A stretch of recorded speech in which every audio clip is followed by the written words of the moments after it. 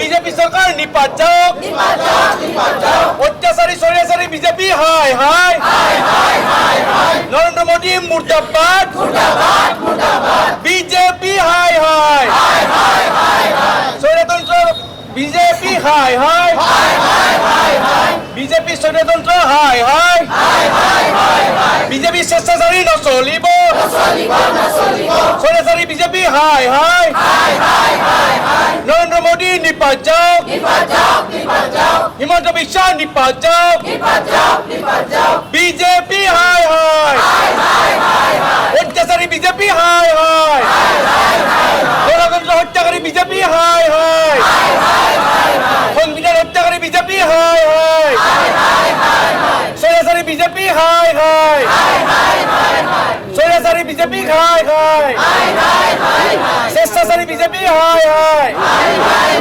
BJP অপরাধ নচলিব নরেন্দ্র মোদী মুর্দাবাদ নরেন্দ্র মোদী হাই হাই হিমন্ত বিশ্ব হাই হাই স্বৈরাচারী বিজেপি হাই হাই স্বৈরাচারী বিজেপি নিপাত যাওক। ধন্যবাদ। মাননীয় গুৱাহাটী মহানগৰ জেলাৰ সভাপতি নবজ্যোতি তালুকদাৰ ডাঙৰীয়া, অল ইণ্ডিয়া সেক্ৰেটাৰি পৃথিবী সাথেজী, বনিনকুলি ডাঙৰীয়া, ইয়াত বহি থকা প্ৰদেশ কংগ্ৰেছৰ বিষয়ববীয়াসকল, মহিলা কংগ্ৰেছৰ বিষয়ববীয়াসকল, যুৱ কংগ্ৰেছৰ বিষয়ববীয়াসকল, NSY ইয়ং ব্ৰিগেড সেৱা দল আৰু আমাৰ কংগ্ৰেছৰ সন্মানীয় বিষয়ববীয়াসকল, সাংবাদিক বন্ধুসকল, আজি এই সাম্প্ৰতিক সময়ত নিৰ্বাচনৰ প্ৰচাৰৰ মাজতো আমি আজি এই প্ৰতিবাদত কিয় উপস্থিত হ'বলগীয়া হৈছে আপোনালোকে নিশ্চয় জানে। না খাওঁগা না খানে দুংগা বুলি কোৱা চৰকাৰখনে আজি পৃথিৱীৰ ভিতৰত বৃহৎ কেলেংকাৰী ইলেক্ট্ৰেল বণ্ডৰ জৰিয়তে তেওঁলোকে যিটো কেলেংকাৰী কৰিছে, এই কেলেংকাৰীটো মই সংবাদ মাধ্যমক আজি অনুৰোধ জনাইছোঁ যে এই কেলেংকাৰীটো তলৰ পৰ্যায়লৈকে আপোনালোকে প্ৰচাৰ কৰাটো আপোনালোকৰ নৈতিক দায়িত্ব আৰু কৰ্তব্য। আজি তাৰিখত তেওঁলোকে কথাই কথাই তেওঁলোকে কয় যে সবকা সাথ সবকা বিকাশ হ'ব। বিকাশ কাৰ হৈছে আপোনালোকে ভালকৈ জানে। আজি তাৰিখত দুৰ্ভাগ্যজনক কথা, যি কথাই কথাই কংগ্ৰেছক মুছলমানৰ কথা কয়, পাকিস্তানৰ কোম্পানীৰ পৰা ইলেক্ট্ৰেল বণ্ডৰ যোগেদি তেওঁলোকে পইচা লোৱাৰ যি নজিৰ তেওঁলোকে ইয়াত দেখুৱালে, তাক আমি দুৰ্ভাগ্য আখ্যা দিয়াই নহয়, অত্যন্ত হতাশজনক অৱস্থা। আজি গোটেই ভাৰতবৰ্ষতে মেডিচিন কোম্পানীৰ পৰা ইলেক্ট্ৰেল বণ্ডৰ যোগেদি তেওঁলোকে যিবিলাক পইচা লৈছে আৰু মেডিচিন কোম্পানী গ্ৰীণ সিগনেল দিছে, গোটেই ভাৰতবৰ্ষত আজি ভেজাল ঔষধে চালি ধৰিছে। আপুনি মই গাঁঠি ধন ভাঙি আজি তাৰিখত ট্ৰিটমেণ্ট কৰিব গ'লেও আমি উপযুক্ত মানৰ আমি মেডিচিন আজি তাৰিখত উপলব্ধ নহয়, বজাৰত ভেজাল মেডিচিনে আজি চানি ধৰিছে। মই সেইকাৰণে আজি তেওঁলোকে কংগ্ৰেছৰ হিচাপ ল'ব বিচাৰিছে। আমি কৈছোঁ যে আপোনালোকৰ হিচাপ ৰাজহুৱা কৰিব লাগিব। ইতিমধ্যে সুপ্ৰিম কোৰ্টৰ আমি সুপ্ৰিম কোৰ্টক ধন্যবাদ দিবই লাগিব যে সুপ্ৰিম কোৰ্টে বাধ্যদান কৰিলে তেওঁলোকে হিচাপ দাখিল কৰিবৰ কাৰণে। কিন্তু সংবাদ মাধ্যমৰ কৰ্মীসকলক মই আজি কৰজোৰে আহ্বান জনাইছোঁ যে এইখন চৰকাৰ এইবাৰ যদি আহে তেতিয়াহ'লে আমি জীয়াই থকাৰ যি পৰিৱেশ, এই পৰিৱেশ নাইকিয়া হ'ব। এইখন চৰকাৰে জীৱনদায়িনী ঔষধৰ লগত মানৱ সম্পদৰ লগত খেলা খেলি তেওঁলোকে পইচা লোৱাৰ কথা কয়। যিজন প্ৰধানমন্ত্ৰী, এইজন প্ৰধানমন্ত্ৰীয়ে গৈ বেংগলত কৈছে যে ইডি ৰেড কৰাই ৩,০০০ কোটি টকা পাইছোঁ আৰু এই ৩,০০০ কোটি টকা মানুহৰ মাজত বিলাই দি তেওঁলোকে ভোট লোৱাৰ কথা চিন্তা কৰিব পাৰে। এনেকুৱা নিকৃষ্ট ৰাজনীতি ঊৰ্ধত আমি ৰাজনীতি কৰিব লাগিব। মই সেইকাৰণে আপোনালোকক বিনম্ৰভাৱে অনুৰোধ জনাইছোঁ, আজি ৰাজীৱ ভৱনৰ পৰা আমাৰ ওপৰত যিবিলাক তেওঁলোকে কথা ক'লে জেলত ভৰোৱা, কথা ক'লে তেওঁলোকে ইডি পঠোৱা, কথা ক'লে ভয় ভীতি খুওৱাৰ যিটো প্ৰৱণতাত লিপ্ত হৈছে, তাৰ ঊৰ্ধত আমি সঁচা অৰ্থত মূল্যবোধ ৰাজনীতি কৰিব লাগিব।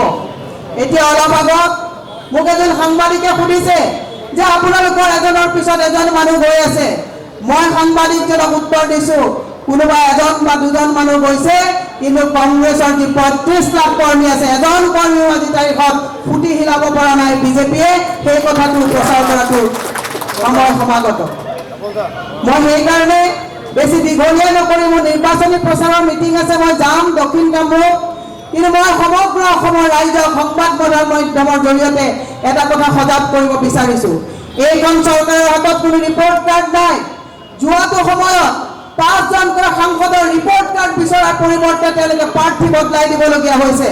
মুখ্যমন্ত্ৰীয়ে কংগ্ৰেছক কটাক্ষ কৰে, কিন্তু মুখ্যমন্ত্ৰীয়ে কৈছে যে আমাৰ কেণ্ডিডেট সিলেকশ্যন বোলে বিজেপিৰ ভাল হোৱা নাই, তেওঁ উপলব্ধি কৰিছে আৰু সেইকাৰণে মনস্তাত্ত্বিকভাৱে তেওঁ হতাশ কৰিবৰ কাৰণে কংগ্ৰেছৰ পৰা মানুহবিলাকক কোন কোন মানুহক দিব তাৰ তালিকা বনাইছে।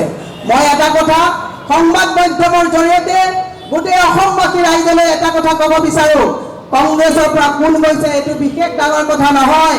কংগ্ৰেছৰ পৰা মানুহ যোৱাৰ কাৰণে ডিজেল পেট্ৰলৰ দাম বৃদ্ধি হৈছে নেকি? কংগ্ৰেছৰ কোনোবা নেতাই মূৰ পুলুকা মৰাৰ কাৰণে মেডিচিনৰ দাম বৃদ্ধি হৈছে নেকি? কংগ্ৰেছৰ পৰা কোনোবা মানুহ যোৱাৰ কাৰণে আজি তেনেকুৱা ভেজাল ঔষধৰ পৰিভৰ হৈছে নেকি?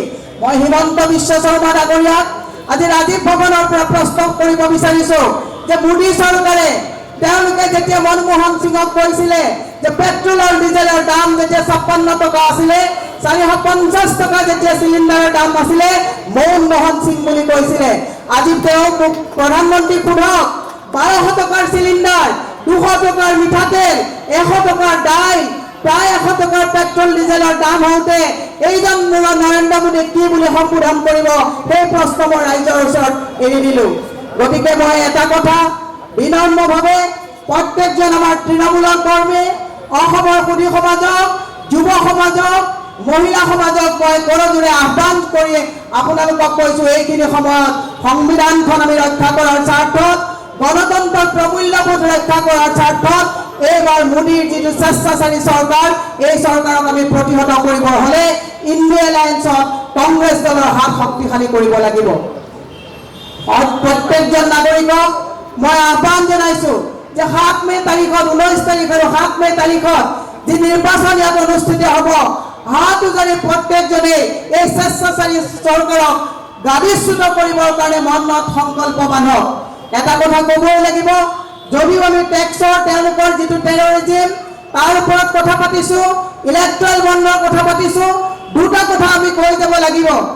আজি তাৰিখত অতি দুৰ্ভাগ্যজনক কথা, প্ৰত্যেকটো বেংকৰ পৰা ফিল্ড অফিচাৰে ঘৰে ঘৰে গৈ মহিলা সমাজক লাখপতি বাইদেউৰ ফৰ্ম দি পেলাই কৈছে ভোট বিজেপিক দিয়ক, লাখপতি ফৰ্মত আপোনালোকে ভোটৰ পিছত পইচা যাব।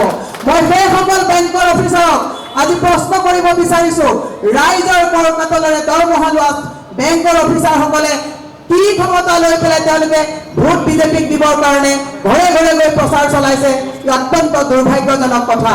সেই সকলোকে কৈছো, সাম্প্ৰতিক সময়ত সময় বহুত প্ৰত্যাহ্বান, এই প্ৰত্যাহ্বান যুঁজিবৰ কাৰণে সকলোকে মই মাৰ বান্ধি ওলাই আহিবৰ কাৰণে আহ্বান জনাই আপোনালোকৰ সুস্বাস্থ্য আৰু দীৰ্ঘায়ু কামনা কৰি এইখন যিখন ভ্ৰষ্টাচাৰী চৰকাৰ, শেষৰ কথাটো কওঁ, ডিমনিটাইজেশ্যন কৰি তেওঁলোকে লক্ষ লক্ষ কোটি টকা কাকো নুসুধাকৈ খৰচ কৰিলে। 2000 টকীয়া নোটটো 7 বছৰ চলাব নোৱাৰা, অৰ্থনৈতিক ৰুটমেট নথকা মংগেৰীলাল কে হাসিন স্বপ্নৰ এনেকুৱা এখন চৰকাৰ, যিখন চৰকাৰে 2000 টকাৰ নোটটো 7 বছৰ চলাব নোৱাৰিলে, এই ব্যৰ্থ চৰকাৰখনক যদি আমি উৎখাত কৰিব নোৱাৰো, তেতিয়াহ'লে অনাগত দিনত কেৱল যুৱ প্ৰজন্মৰ ভৱিষ্যত যে সংকট এনেকুৱা নহয়, গোটেই ভাৰতবৰ্ষৰ ভৱিষ্যত যে সংকটত হৈ আছে তাত আৰু ছেকেণ্ড প্ৰশ্ন আৰু ঘূৰিবলগীয়া একো নাথাকে। সেয়ে সকলোকে ৰাজনৈতিকভাৱে সজাগ হৈ আপোনালোকক বহুমূলীয়া বিবেক ভোট প্ৰদানেৰে ৰাষ্ট্ৰ আমাৰ নিৰ্মাণৰ ক্ষেত্ৰত গণতন্ত্ৰৰ প্ৰমূল্যবোধক ৰক্ষা কৰাৰ স্বাৰ্থত, আমাৰ সংবিধানখনক ৰক্ষা কৰাৰ স্বাৰ্থত বিবেক ভোট প্ৰদান কৰিবৰ কাৰণে আহ্বান জনাই মোৰ বক্তব্য মই ইমানতে সামৰণি মাৰিছো। জয় হিন্দ, জয় অসম। চাই থাকক। बताया गया है कि असम सरकार असम सीधी भर्ती आयोग बनाया गया। আপোনালোকৰ প্ৰিয় চেনেল पारदर्शी और ट्रांसपेरेंट व्यवस्था शुरू की है कि जिसके अंदर कौवत होगा। অৰুণোদয় অসম। নীতিগতভাৱে যিবিলাক চিকিৎসালয় হওক বা গৱেষণা কেন্দ্ৰ এই ক্ষেত্ৰত স্থাপন কৰিব বিচাৰে তেখেতসকলক মই আহ্বান জনাওঁ, এই ক্ষেত্ৰত তেখেতসকলে আগবাঢ়ি আহক আৰু ডেকা শক্তিয়ে বিশেষকৈ ইয়াক গুৰুত্ব সহকাৰে লোৱা উচিত। কাৰণ ষ্টাৰ্টআপৰ যোগেদি, ইউনিকৰ্ণৰ যোগেদি বা আয়ুষ ইণ্ডাষ্ট্ৰীৰ যোগেদি এতিয়া উপাৰ্জনৰ পথ নিশ্চিত হৈছে।